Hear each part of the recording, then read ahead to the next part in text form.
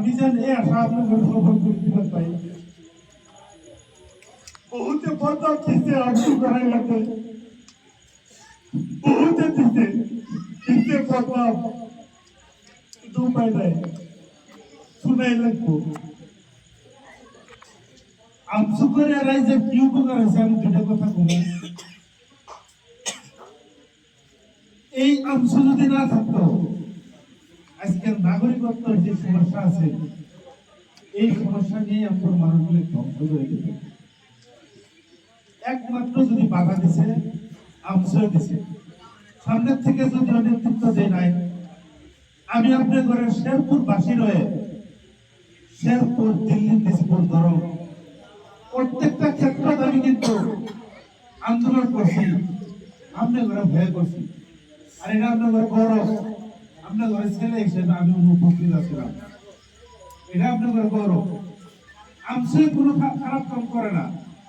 কয়েকটা ওই ধরনের মানুষ আছে যে মানুষগুলো নিজের ব্যক্তি স্বার্থের জন্য ওই ধরনের, আর যে মানুষগুলো আজকের তারিখত আঙ্গর মানুষগুলো আগে যাবার দেয় এই মানুষগুলো আপনারা চিনাক্ত করার দরকার আছে।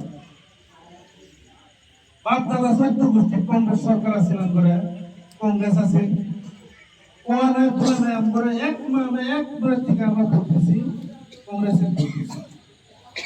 কিন্তু কংগ্রেসে আমাদের সংখ্যালঘু সম্প্রদায় জিল্লা ক্ষতি করছে। এই ক্ষতিগুলো আমাদের দরকার আছে, এটা আয়ত্ত করার আমাদের দরকার আছে। কারণ যদি সমস্যা আমাদের আছে, মাটি বাড়ির সমস্যা, আমাদের যদি সমস্যা আছে শিক্ষার সমস্যা, আমাদের যদি সমস্যা আছে স্বাস্থ্য সমস্যা, আমাদের যদি সমস্যা আছে রাস্তাঘাটের সমস্যা, কোন সমস্যাটা আমাদের সমাধান করে দিচ্ছে একটা দেখা যায়।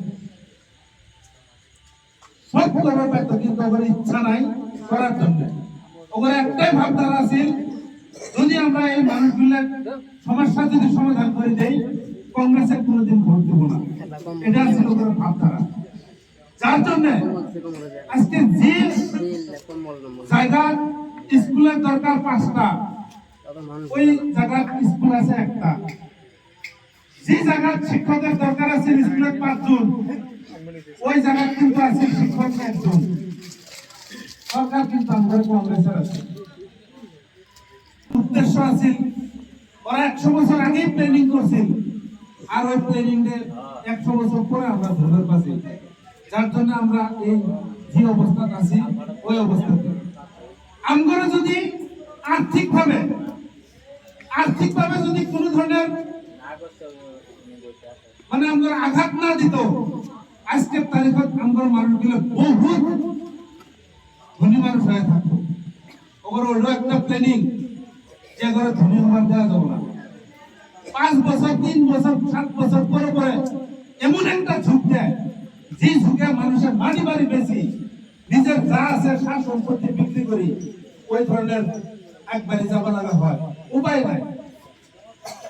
এনআরসির ক্ষেত্রে কিন্তু আপনারা দেখছেন এই দলগত মানুষ ডিব্রুগড় ডিগবই যাওয়া লাগা হয়েছে, অন্য কিছুই নেই। এটা একটা হ্যারাসমেন্ট। বহুত চেষ্টা করছে কিভাবে এগুলোর নাম ভুলে রাখা যায়, এনআরসি না ওঠানো যায়, কিন্তু না, ওরা ওটা সফল হতে পারে নাই। কেন পারে নাই? 1971 বছর ধরে প্রকৃত ভারতীয় বৈধ নাগরিক বৈধ নথিপত্র নিয়ে আমাদের মানুষ আগ বেড়ে গেছে। যে নথিপত্র আমাদের মানুষের হাতে আছে অন্য মানুষের কিন্তু তাও নাই। যার জন্য পারে নাই, লাস্ট একটা ওনারা হ্যারাসমেন্ট দিল। এই মানুষগুলো ডিব্রুগড় ডিগবই লক্ষ্মীপুর এই ধরনের জায়গা নিয়ে মানে পুনরীক্ষণ করছে না, আলট্রা রিজার্ভ করে নিয়ে মানুষ গেছে। সকালে গেছে, বাদের সকালে বাড়ি পাইছে, খাওয়া নাই দাওয়া নাই, ছেলে মেয়ে পুরা নিয়ে গেছে। এই লোকের আসলে ট্রেনিং বহুত ভাবা চিন্তা করলাম। আমাদের ছেলে মেয়ে ডাক্তার ইঞ্জিনিয়ার বাড়ায় গেছে, ওই ধরনের কিন্তু বাড়ায় তো পারতো না। এটা মিশা কথা নয়, এটা কিন্তু অন্য ধর্মের মানুষেরাও কয়। বদরুদ্দিন আজমলের মতন যদি আর 5টা মানুষ আমরা আসামে বাইর হয় তাহলে কিন্তু আর আমাদের পাশে থাকা দরকার হবে না, পাশে থাকা লাগবে না করে। তাই ওনার যে উদ্দেশ্য রাজনীতির উত্থান পতন থাকে, ওনার উদ্দেশ্য মহৎ, ওনার উদ্দেশ্য সৎ, যার জন্য ওনার হাত আমরা মজবুত করা লাগবে। বদরউদ্দিন আজমলের আমাদের দরকার আছে, বদরউদ্দিন আজমলের মতন আরো কয়েকজনের আমাদের দরকার আছে।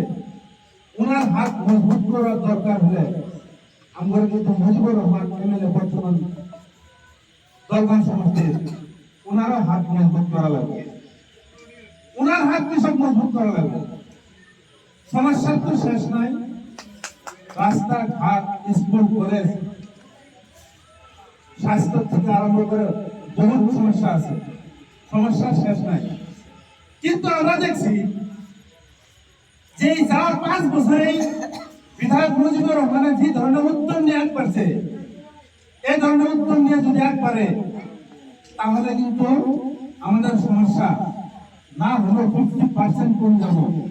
50% এই জন্যই করছি, সমস্যার শেষ নাই, 100% শেষ করা হলে কিন্তু আমাদের সময় লাগবে।